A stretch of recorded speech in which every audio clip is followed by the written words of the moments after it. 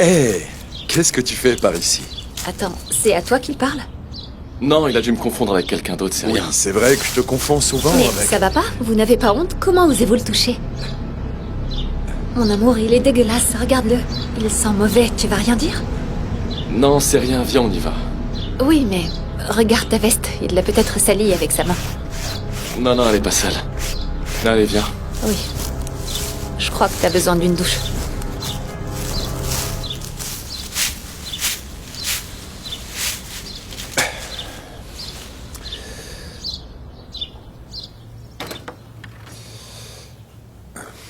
Salut, Eric.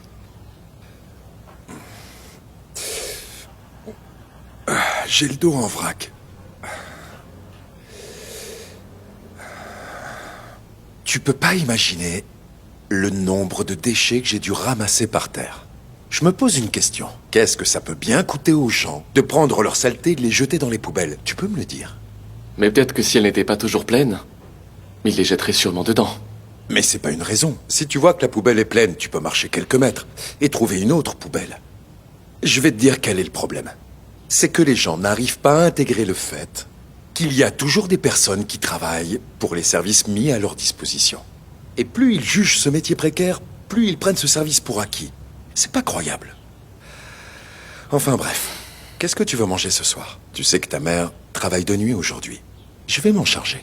Non, rien pour moi. Je vais manger une pizza. Ah, très bien. Est-ce que tu veux de l'argent? Tu vas manger dehors? Ouais. Ok. Ouais. Voilà. Tiens, Eric. Ça va te suffire? Oui, oui.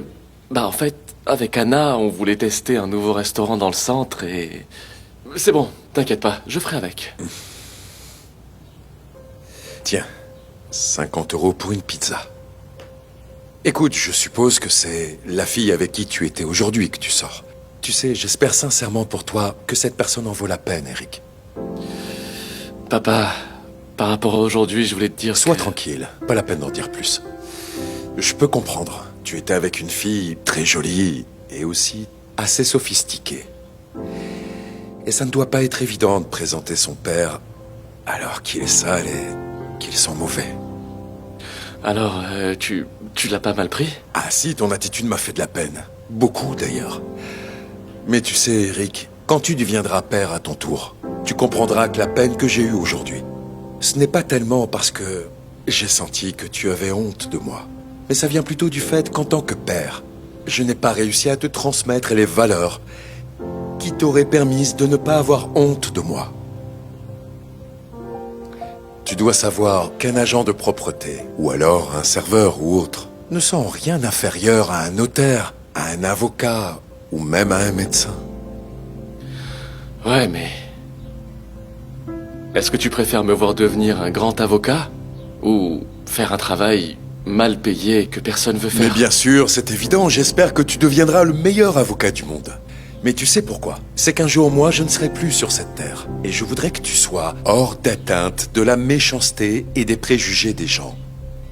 Mais avant tout, je voudrais que tu deviennes une personne qui soit merveilleuse. Et pour que tu le deviennes, tu devras respecter les gens. Surtout pour les sacrifices qu'ils font, et pas seulement pour leur réussite. C'est un beau discours.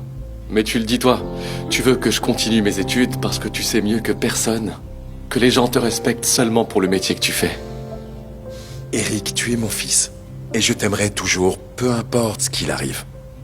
Même si aujourd'hui, tu ne m'as pas dit bonjour parce que tu avais honte de moi. Mais le jour où tu seras suffisamment fort pour voir au-delà des différences sociales, à ce moment-là, en plus de t'aimer, je serai fier de toi. Écoute, tu sais quoi, je vais me prendre une bonne douche, parce que je crois en avoir vraiment besoin. Amuse-toi bien, et ne rentre pas trop tard. Ça marche?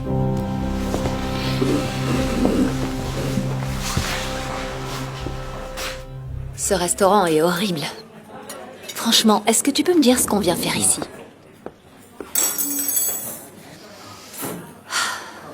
Et voilà. Ils n'ont qu'une chose à faire, et c'est trop dur. Ça peut arriver. Essaye de penser à la vie de leurs enfants. Ils ont un père qui ne sait rien faire d'autre que de servir les gens. Et imagine un peu la vie de leur femme. Peut-être qu'ils n'ont pas beaucoup d'argent, mais ils sont heureux. Anna, ne te fie pas aux apparences. Mais je ne me fie pas aux apparences. Je me fie aux revenus. Et ces gens-là n'en ont clairement pas assez. D'ailleurs, j'espère qu'un jour tu pourras m'offrir un repas à base de caviar ou de truffes, plutôt qu'une vulgaire pizza. Ben, figure-toi que cette vulgaire pizza va quand même me coûter 50 €. Et alors? C'est censé m'impressionner. C'est ce que donne mon père comme pourboire. C'est le balayeur d'aujourd'hui qui pourrait se vanter d'une chose pareille. Je veux qu'on soit à la hauteur de mon style de vie. Ouais, tu as raison. Moi aussi, j'ai besoin d'une personne à ma hauteur. Et je viens de comprendre qu'avec toi, la vie que je mène ne me plaît pas. Quoi? Bah alors, c'est nouveau ça.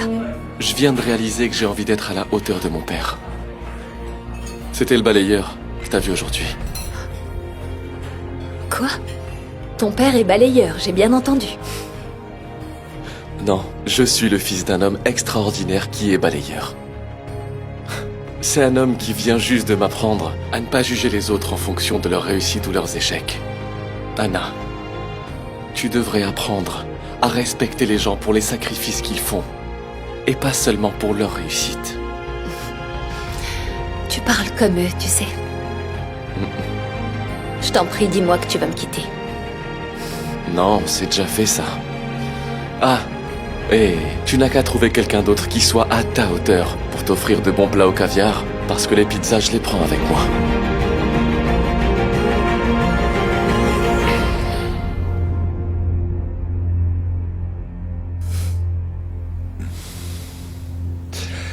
Eric, comment ça se fait que tu rentres déjà? Tout va bien? J'ai compris que celui avec qui je veux passer ma soirée, c'est toi, papa.